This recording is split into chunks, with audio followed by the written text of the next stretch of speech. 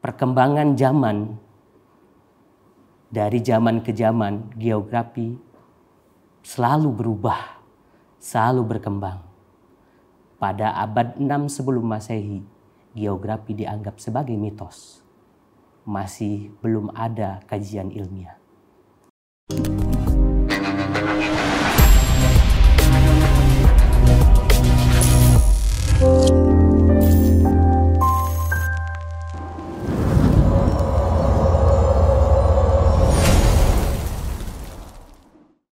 Bismillahirrahmanirrahim.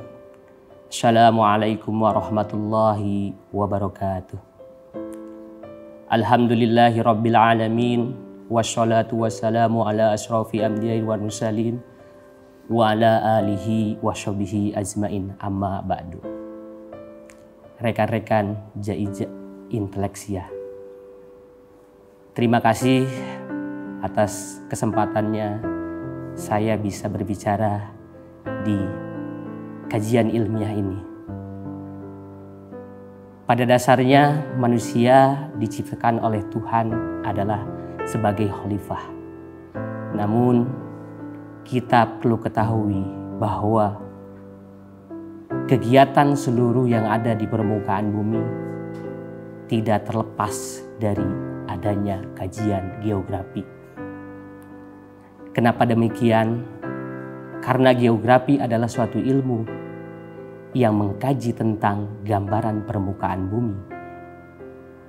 Maka dari itu, perkembangan zaman, dari zaman ke zaman, geografi selalu berubah, selalu berkembang.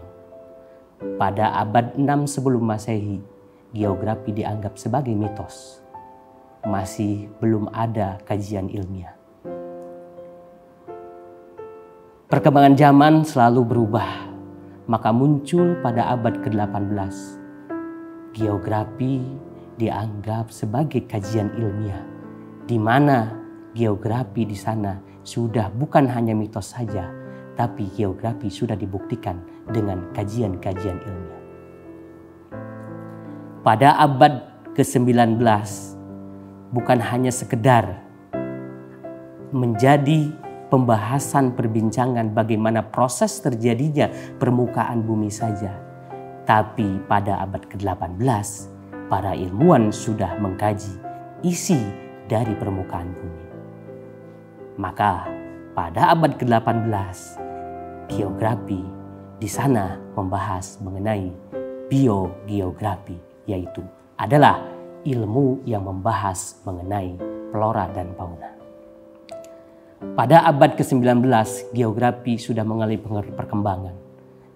Di sana pada abad tersebut para ilmuwan bersepakat yang dibahas bukan hanya flora dan fauna saja, tapi kepada sosial budaya. Maka ada salah satu ilmu yang membahas tentang kajian tersebut, yaitu adalah ilmu demografi. Pada kesempatan kali ini, saya izinkan membahas tema mengenai bonus demografi dan peranan Islam dalam peningkatan kesejahteraan masyarakat. Kalau ada pertanyaan, apa itu bonus demografi? Bonus demografi adalah suatu kondisi di mana usia 15 sampai 64 tahun lebih banyak dibandingkan usia non-produktif. Maka dari itu, yang artinya kita akan menerima ledakan masyarakat usia produktif.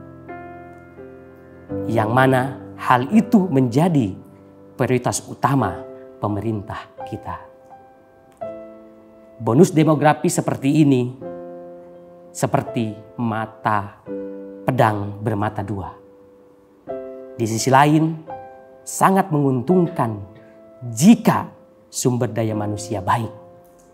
Namun bisa jadi petaka jika sumber daya manusia rendah. Apa sih peranan Islam dalam mengkaji hal itu?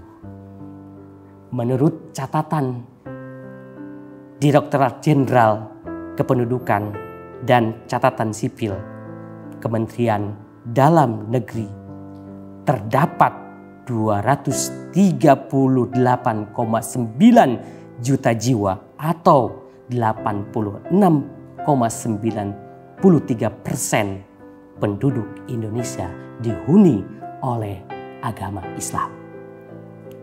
Dengan demikian, mayoritas penduduk di tanah air adalah Muslim.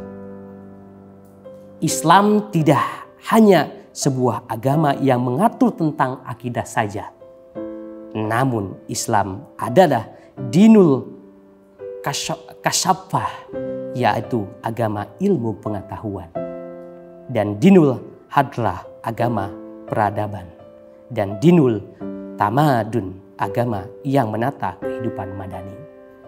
Dengan hal ini, Islam menjadi salah satu aset kemajuan bangsa. Dalam Islam, hidup bukan sekedar eksis, termasuk aspek ekonomi saja.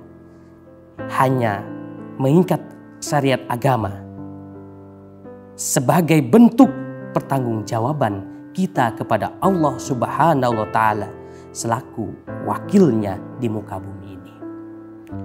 Berdasarkan firman Allah Subhanahu wa Ta'ala yang terdapat dalam surat Al-Baqarah ayat 30. Dan ingatlah ketika Tuhanmu berfirman kepada malaikat, "Aku hendak menjadi khalifah di bumi."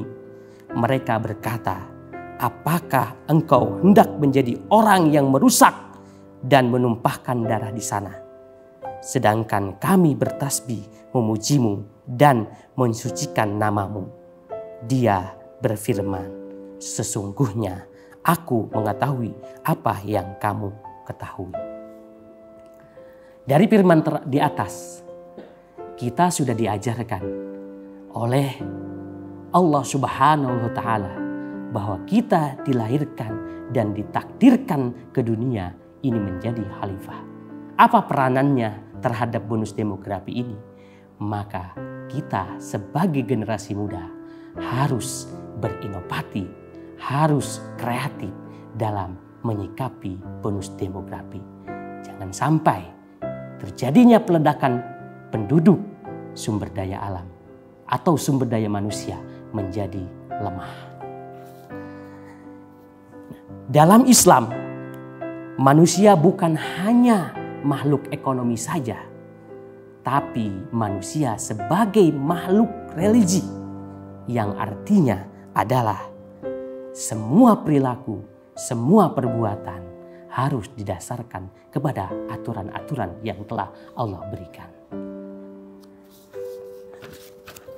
Kondisi tersebut menjadi dampak positif bagi sumber daya manusia dapat dikelola dengan baik, yaitu terlahirnya generasi arif, bijaksana, dan strategis ataupun produktif.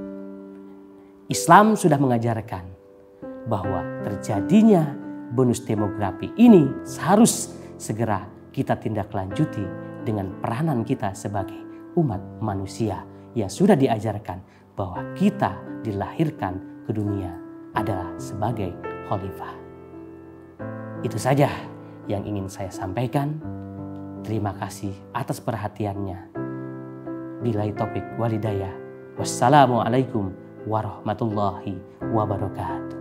Jai-jai inteleksia, membaca, berpikir, dan berkata.